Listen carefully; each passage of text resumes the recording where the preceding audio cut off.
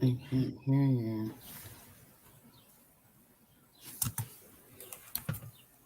I think I'm muted. Sorry about that. Welcome to Sierra Club's Earth Week of Action and our Democracy Trivia event. Very excited to have you all here. And we're just going to give folks a minute or two to get in. If you can put in the chat your name, we just want to know where folks are hailing in from.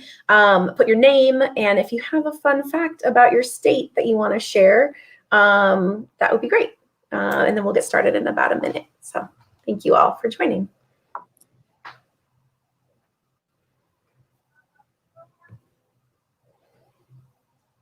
And I should introduce myself. I'm Courtney, and I am the director of the Sierra Club's Democracy Program. She, her pronouns, and I am in San Francisco, where it's sunny, a little windy, but quite delightful. But yeah, as you're joining, if you can just write your name in the chat and say where you're coming in from, and any fun fact about your state.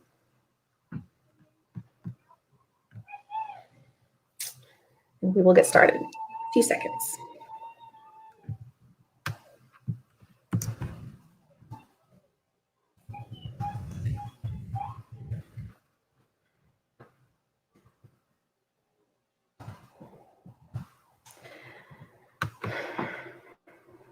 Okay, and I have a fun fact from Georgia. So despite it being the peach state, they produce more blueberries than peaches. I wouldn't have guessed that. I just assumed peaches were everywhere. And that, yeah, South Carolina, in fact, produces more peaches than Georgia. Whoa. Yeah, let's see, like Michigan, we've got, wow, Michigan has the only floating post office in the country. I don't even understand how that works. That's amazing. That's amazing. Folks joining from DC, the official music of DC is go-go music. I lived in DC for 13 years. I love go-go music. Wonderful. Well, thank you all for joining. We're going to go ahead and get started. So again, thank you for joining the Sierra Club's Earth Week of Action and our Democracy Trivia. This is our first ever time doing this, so bear with us, and hopefully it's fun. Yes, we can go ahead and bring in our contestants. We're going to pop them in here. But basically, our plan for tonight is we have 2 rounds of trivia, and then we will do just a brief overview of the top 5 democracy priorities for the Sierra Club. We want to share how we're trying to make democracy work for everyone. And then we'll go back and forth between trivia, and then share how you can get involved. So our first round will be between Sierra Club President Ramon Cruz and our Executive Director Mike Broom. And then round 2 of trivia will be Leslie Fields, who is the Sierra Club National Director for Policy Advocacy and Legal, and Emily, who is joining us. She's a member of EcoTalk and environmental science student at Emory. So that's kind of the plan for tonight. So let's go ahead and have folks introduce themselves. Ramon, I'm going to call you in first, if you can unmute and introduce yourself. Okay, well, thanks a lot, Courtney, and welcome everybody. Great to be here with this great screen. And yeah, my name is Ramon Cruz. I'm president of the Sierra Club. I use pronouns he, him, his, and I'm speaking to you all from the occupied territory of the Canarsie people, which is known as Brooklyn, New York, though I'm originally from Boriquen, which is the Taino name of the island of Puerto Rico. So very exciting to be doing this and democracy work. It's super important that, this work is essential to what Sierra Club does. And, we know that our democratic institutions are strong, but much more vulnerable than what I thought, actually, certainly. And as we saw in 2016 and or in January 6th, so we, the more important that all the work that you're all doing, and all of you for supporting Sierra Club as well. So I'll go on to the next person. Who's next? Thanks, Ron. Leslie, you can introduce yourself, please. Good evening, everyone. I'm Leslie Fields, the National Director for Policy Advocacy and Legal at the Sierra Club in the District of Columbia. I use she, her pronouns. I live on Capitol Hill on formerly occupied Nacotchtank next to the Anacostia River. Thank you all for joining us this evening and thrilled to be here. I will pass it to the Emily, my co-person who's joined us. Co-contestant, I'm sorry. Yeah. Hi, thank you. I'm Emily. I am a member of EcoTalk, which is a coalition of environmentalists making content on TikTok and other social media platforms. I'm also going into my senior year at Emory University studying environmental science with a focus on sustainable agriculture and policy. And I currently reside in the DC area. So I am not far from Leslie. Sweet, thank you, Emily. I'm gonna pass it over to Mike Brune. Hi, everybody. Thanks, Courtney. Good to see you and good to see everybody on this call. I'm Mike Brune. I'm the Executive Director for the Sierra Club, use he, him, and his pronouns. And I'm coming in from the Bay Area in San Francisco, which is the occupied territory of the Ohlone people. I'm here because democracy is my favorite form of government, and also because I really like to compete, particularly when it's against Ramon. So I'm looking forward to our fierce competition, which is just moments away. And I thought it might be good to start off the call by talking a little bit about the Sierra Club's work on democracy, because we've been doing a lot of work on democracy for really more than a decade now in a very intense and intentional way. We realize that a lot of the crises that our country faces, whether it's the climate crisis, ensuring quality and affordable health care, helping to secure genuine environmental justice for communities, creating good jobs, achieving racial justice, all of these things can't be fully addressed until we fix what is our challenged and at times broken democratic governance system. About 10 years or so ago, we saw the largest attack on voting rights since the 1960s. This is after Supreme Court regulation and a lot of decisions that were coming down, both from the courts and at the state level in 2011 and 2012. And we were just starting to see the impact of unlimited dark money on our electoral process. We saw how Republicans were obstructing almost everything that President Obama wanted to put forward legislatively. And it was really clear to us and a bunch of other organizations working on civil rights legislation or women's rights, economic justice, environmental issues, that in addition to working on all of these core fights, we had to come together to work specifically on democratic issues. So along with the leadership at Greenpeace at the time, Communication Workers of America, the NAACP, and a couple dozen organizations, we each went to our membership and we asked our members whether or not they wanted to work on democracy issues, to uphold and strengthen voting rights, to address campaign finance reform, and to begin to look at the rules that the Senate is typically governed by. And what we got was a resounding response from our members at the Sierra Club and then across many, many other organizations.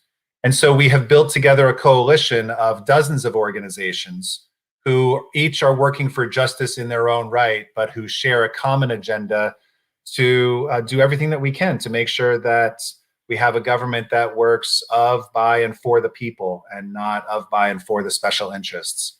And what we have found in the last 10 years is that these are issues that unite almost everybody in our country. And we can build a movement that is unified and strong and clear in pushing for the renewal of a just democratic system that we can all live under.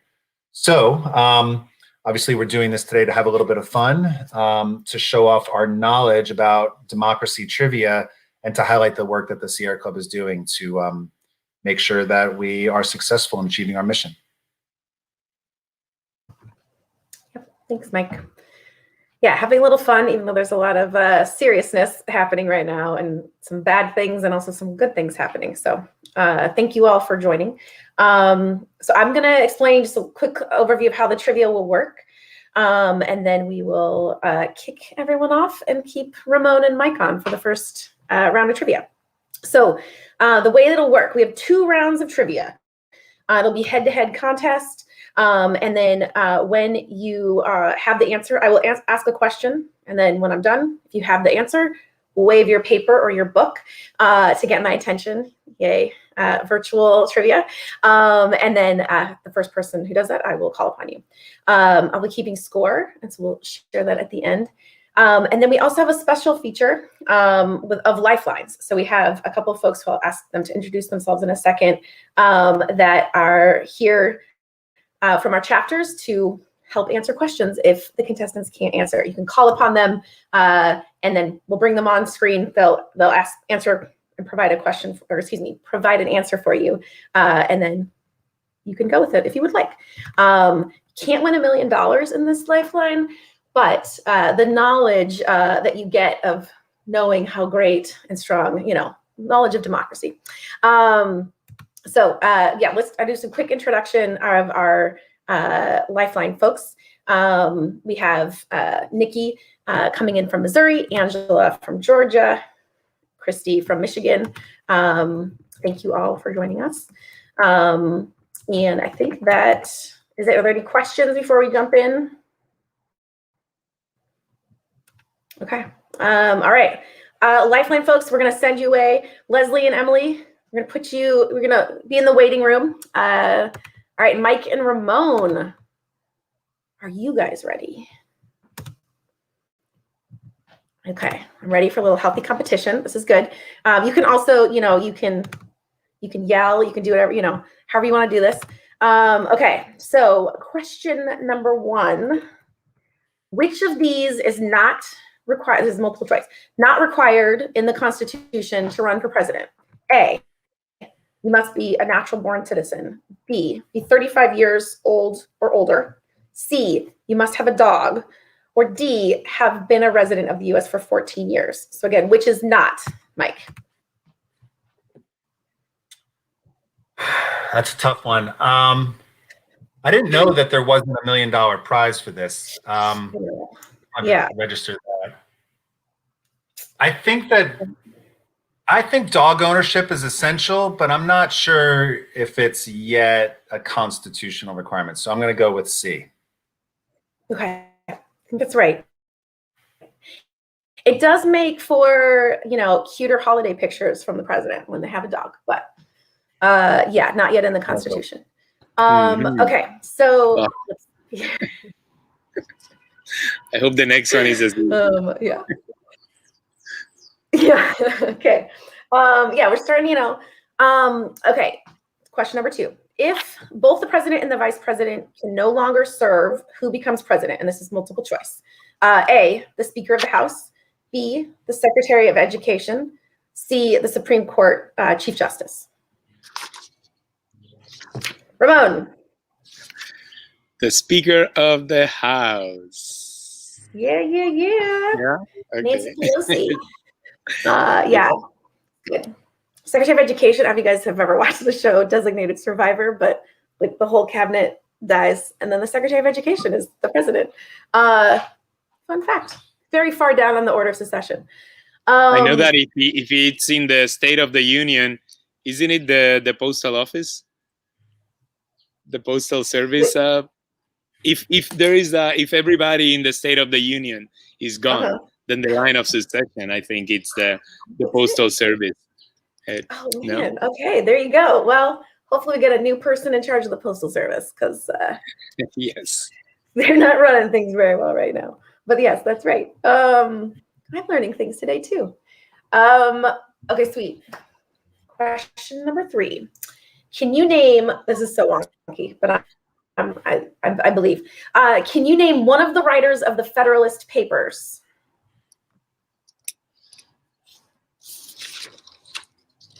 Oh, wait, there's no multiple choice? No, sorry, I didn't tell you that was not multiple choice. Yes, that was not a multiple choice. I will be more clear in the future.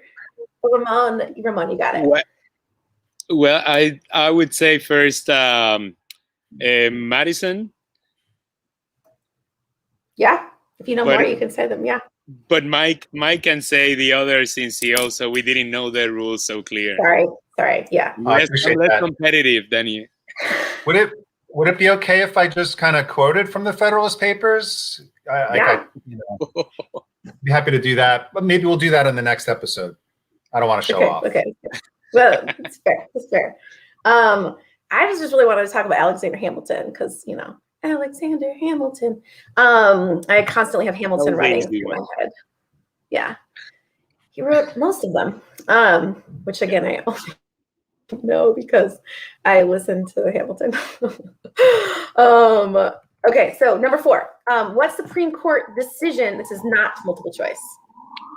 What Supreme Court decision permitted corporations to donate unlimited money to influence elections?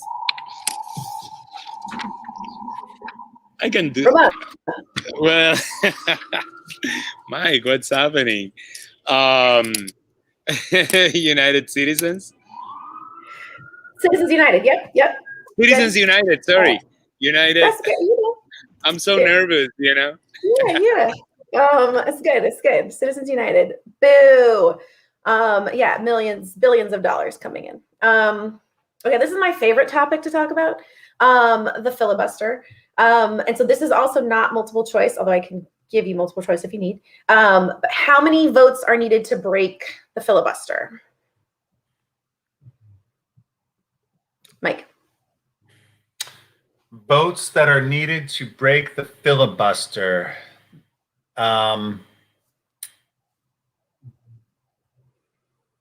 Sorry, 60. Yeah. I lost my train of thought. Yeah, 60. I was thinking, how many votes do we need to break the stranglehold that filibuster has in our country? But to break a filibuster is just 60. Right, exactly. But we only need 51 to actually get rid of the filibuster. So we'll see. We're working on that. Okay, this is a true or false. True or false? The filibuster is in the Constitution.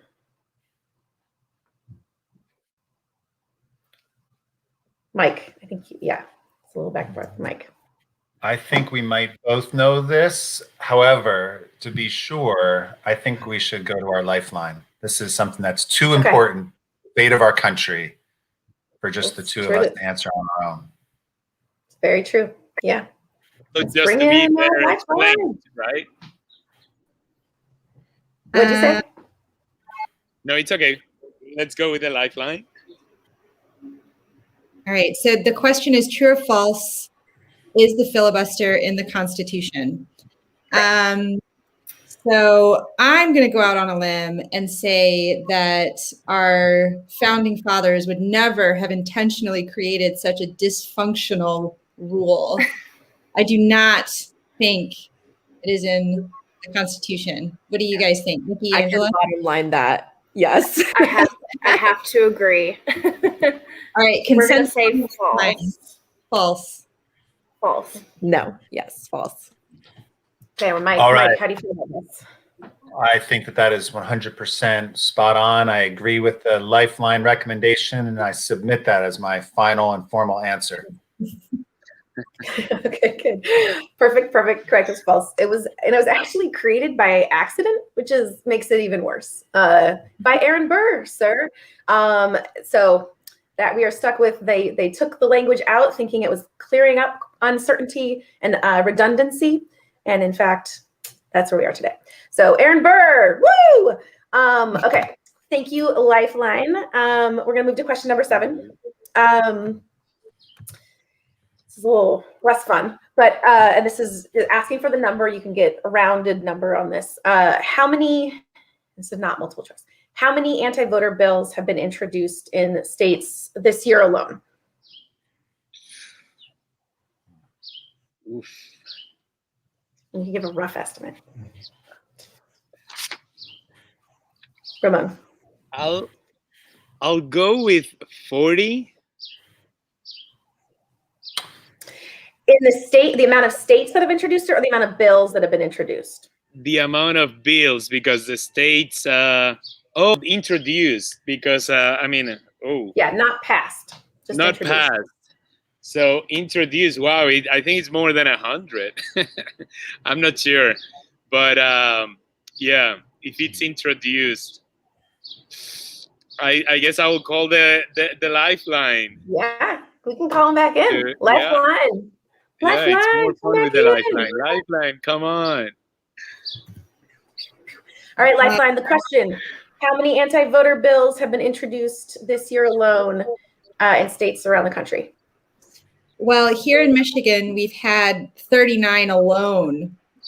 So it's got to be up there. What do you guys think? We're just one out of 50. Yeah, we had dozens. So I think if you add it all up, it's got to be like 300s, 360 range. Yeah, I would say in the 360 range as well. Like almost one per day of the year, it seems. Nikki, how many have you Wow. had in your state? I don't know off the top of my head. I'll do a quick search and then Okay. let you guys know. We might so need a trigger probably warning. a lot.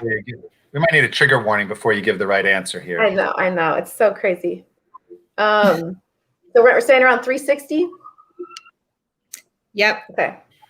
Ramon, how do you feel about Okay, this answer? then I think thinking about it again, and thanks to the lifeline, I would say about 360 or so. We don't know, because maybe in the last hour we got another one somewhere.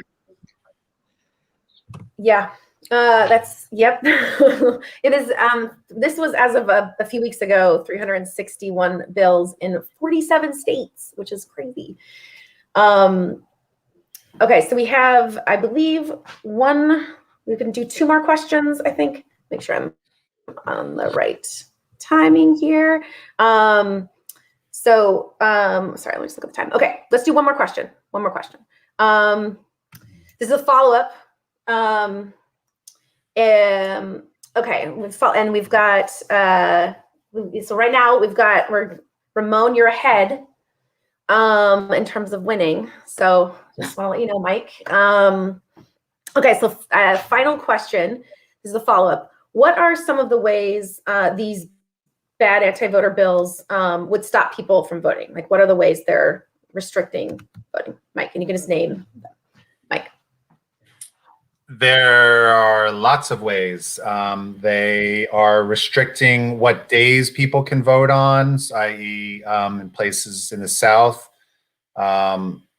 They're disallowing voting on Sundays. They are restricting the hours in which people can vote. They're requiring different kinds of identification for people to vote.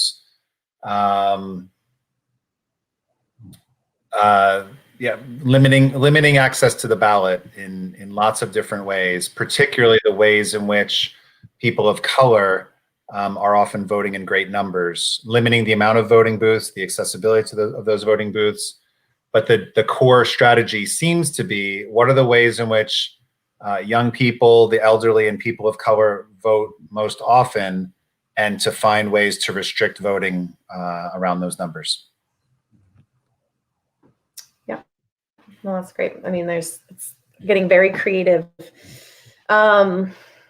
which is bad. I mean, like massive historic turnout this year, and then we saw this huge impact of voter suppression bills going. Okay, we're gonna do one more because you are both tied. Oh, I can't handle the pressure. Okay, one more question here. Let me sorry. We're gonna do.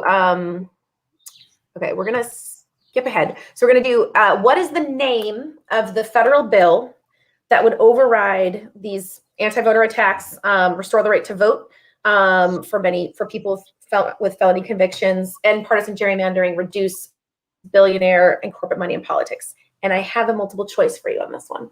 So A, the Democracy for All Act. B, Stop Racist Voting Bills Act. C, the For the People Act. Mike.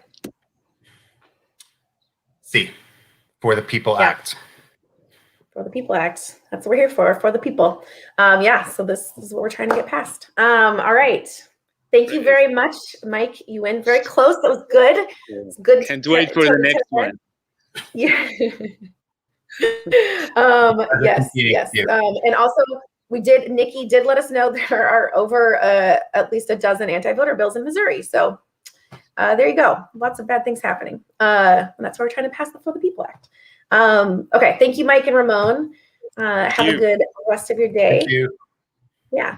And we are going to bring on, we're going to move over to sharing sort of our top 5 priorities that the Sierra Club is working on democracy.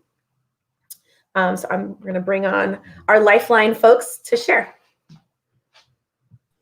Awesome. I will go first. Hey, everyone. Christy McGillivray from Michigan. And our first #1 priority is passing the For the People Act.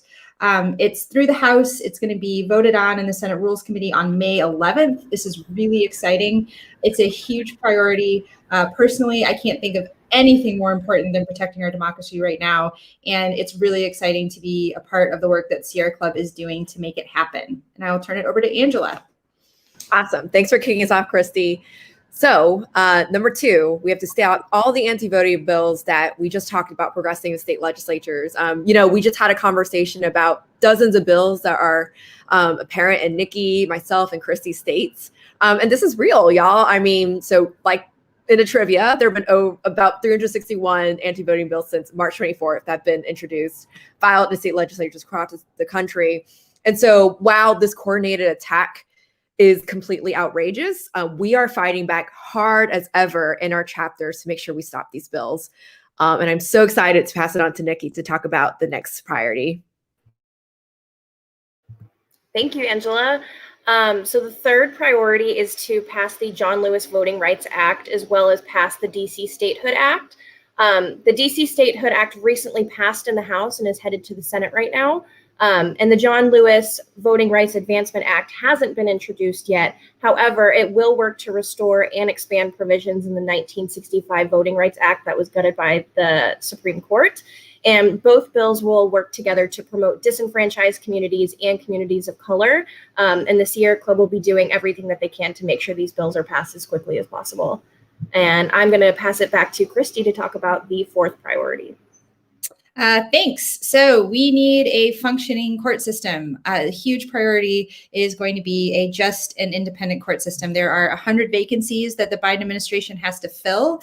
It's really important that those vacancies reflect the diversity of our country and that we have justices that are going to be upholding the laws in fair ways. So it's incredibly important. We are going to be working to hold the Biden administration accountable as those appointees are announced. And it is a really important thing to keep an eye on, especially given the history of the administration and the appointments that they just made. So on that note, I'm going to turn it back over to Angela. Awesome. Last, but definitely not least, we definitely want to talk about redistricting, which is coming up with the census numbers. So #5, our fifth and last priority, is for fair and independent redistricting. Right now, we live in a country in which politicians get to pick their constituents by drawing maps, rather than the other way around in elections when we're supposed to pick our politicians. And obviously, this is very unfair and is all due to extreme partisan gerrymandering. And gerrymandering, just to define that, means that whatever political party in charge in your state and in your local government gets to basically rig the drawing of maps and districts for congressional and state legislative districts to best benefit their party when they go run for office. So obviously, the Sierra Club is working as hard as it can to end gerrymandering and making sure that the solution is to place independent commissions in charge of drawing these districts that won't make decisions based on their party to make sure that there's as minimal problems with this as possible. And with that, we have all wrapped up the top 5 priority list, and I will hand it back to Courtney. Awesome. Thank you all. Yes, this is what we're working on to make democracy work for everybody. Thank you all so much. And you all are doing incredible work in your states to make democracy work. And it's a battle in some of them, but thank you all for your work. I'm going to send you away, and then we'll see you probably again in a few minutes. We're going to move to round 2 of Democracy Trivia. I'd like to welcome Leslie and Emily back onto the screen with me.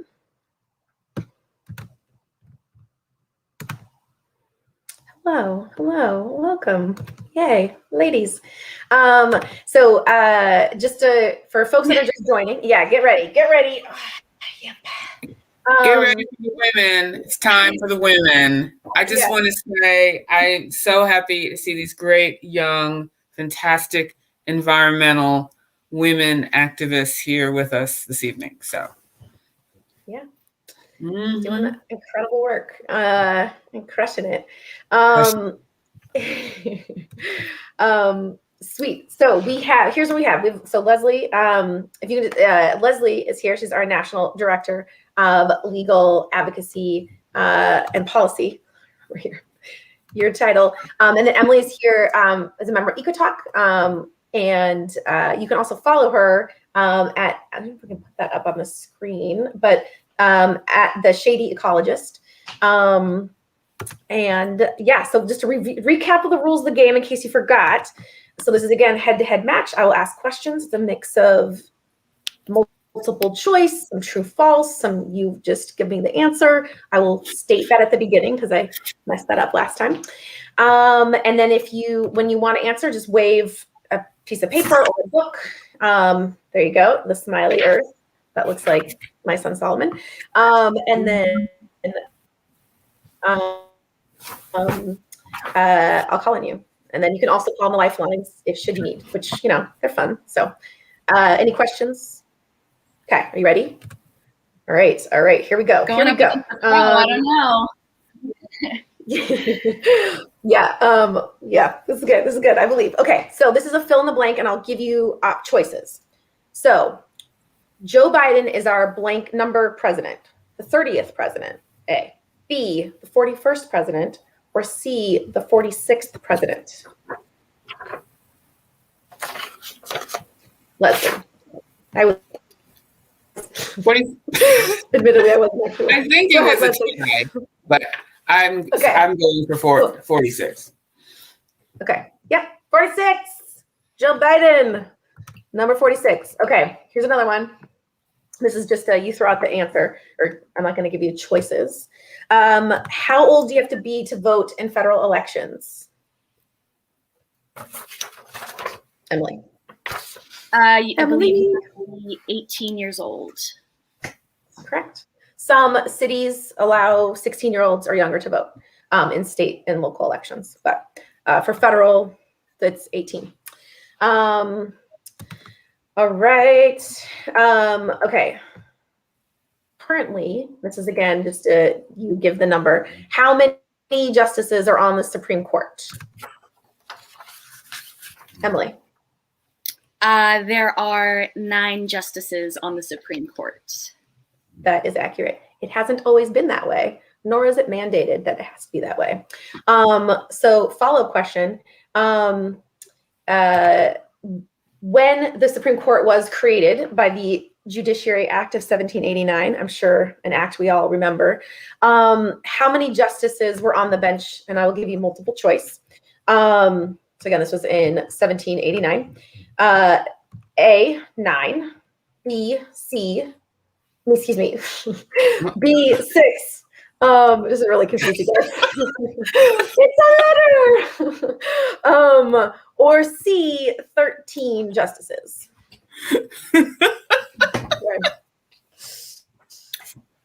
I can read it again if you need me to also. Sorry. The answer is purple. Okay. When the Supreme Court was created, how many justices were on the bench in 1789? A, 9, B, 6, or C, 13? Leslie. There were 6. Yes, correct, exactly. So again, doesn't have to be 9. That's just the current amount that sits there. And then when Republicans blocked Merrick Garland, we only had 8 for a year. Okay, so moving on to number 5. And this is multiple choice. When did women get the right to vote? And I should specify white women. When did white women get the right to vote? You want to just jump in? Yeah, I think it was. Go. Oh, is it a multiple choice? It's multiple choice, but No, I don't think I need it. Was it 1920? It was 1920. Yeah. Do you know, just for fun, do you know what the amendment? There we go. It's the 19th Amendment. Yeah, and again, it was white women of color were excluded. Partial advances. Now everyone can vote. Okay, so number 6, and this is a question for you to throw out. What question was almost added to the 2020 census that folks feared would prevent people from actually filling out the census? Leslie. A citizenship question was almost added to the census. Boo boo hiss. Boo. Luckily we got it. Lots of organizing got it stopped. Although we still think it probably reduced people filling it out because of the concern and the fear of the Trump administration. Okay, so number 7. Currently, the party in power in most states gets to draw its own congressional legislative district maps. The For the People Act, which we're working aggressively to pass, will ban the drawing of congressional voting maps that favor one political party over another. What is the term used when one political party draws voting maps in their favor? Emily. And that would be gerrymandering. That is accurate. That is accurate. The gerrymander. Who was Jerry?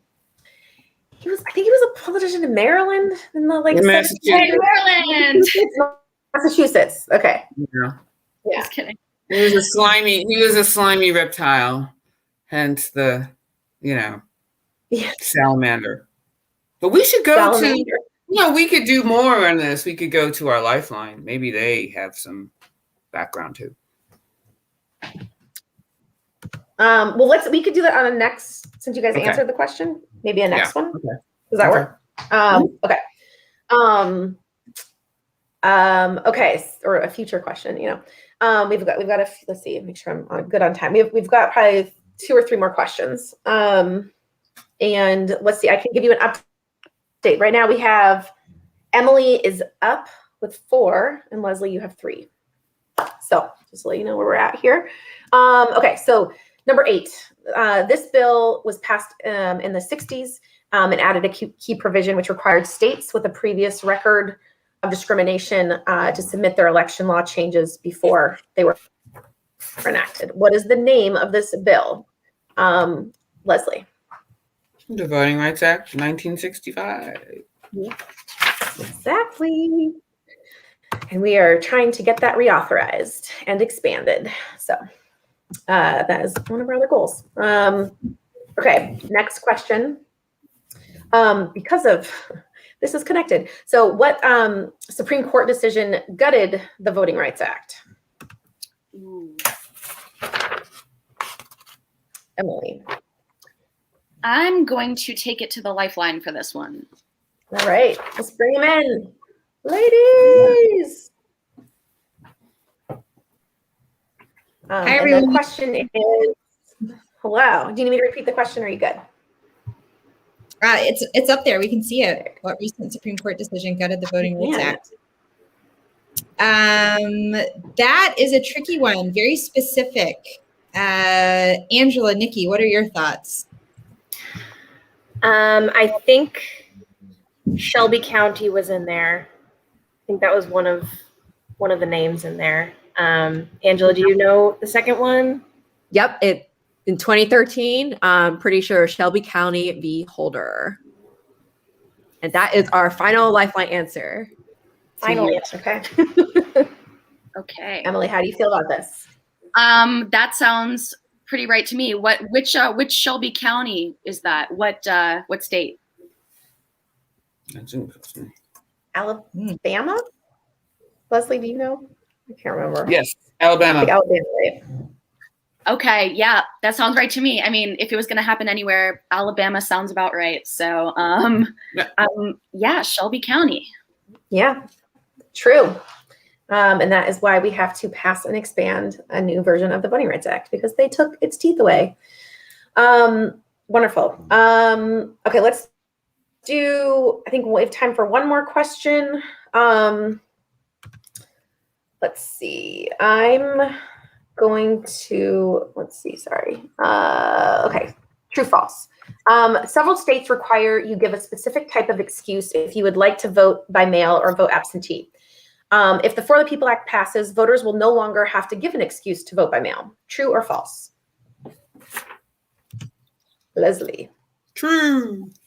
Yeah. Makes it a lot easier to vote and more ways to vote if we pass the For the People Act. So very exciting.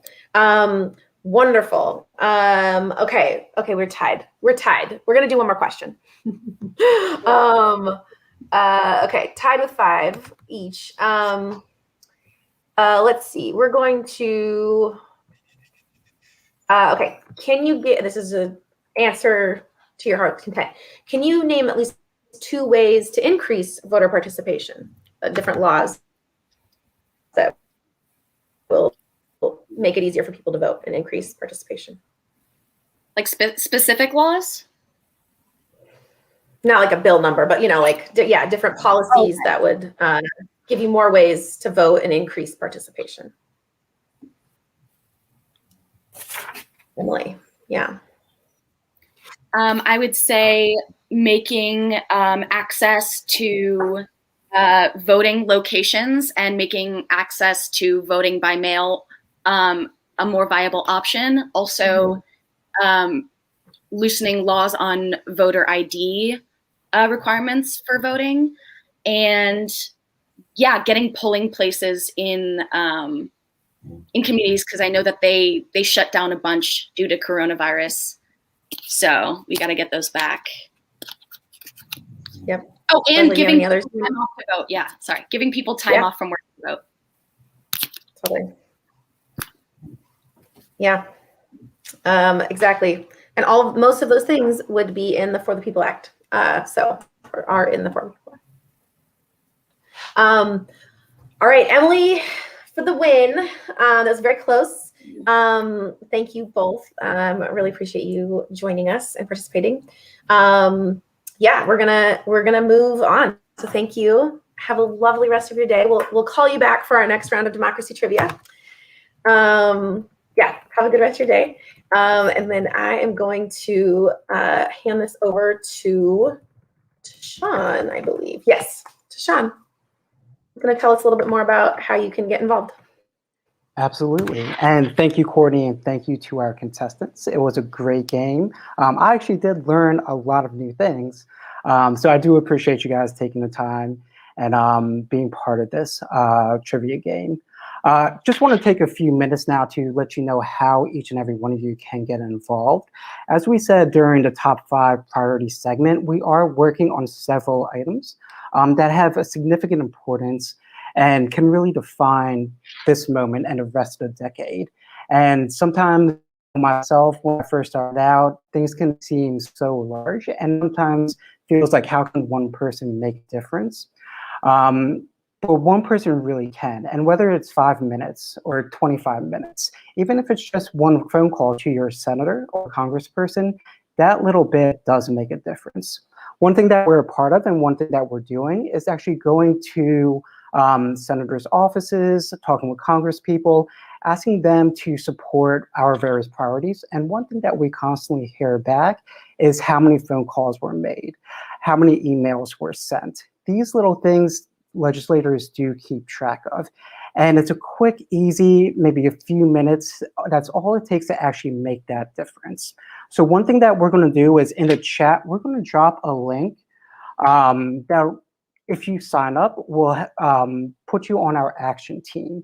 Being part of this team will basically mean that you will periodically get emails just alerting you of ways to actually get involved, whether that is making a phone call or if that is sending an email.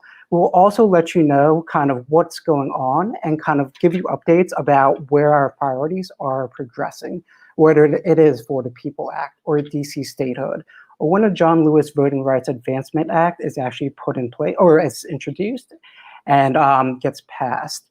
All these priorities really do help communities of color and disenfranchised areas. And every little bit does help. So that's one thing I just wanted to leave you with.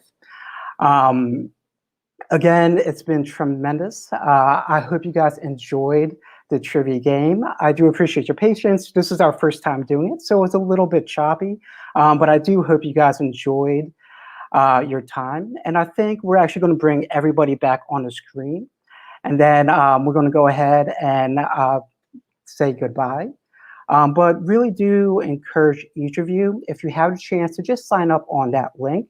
You'll periodically get email updates and other kind of action requests that if you do have time, you can definitely participate and really help save democracy and really give a voice to people of color and communities that have so long been disenfranchised.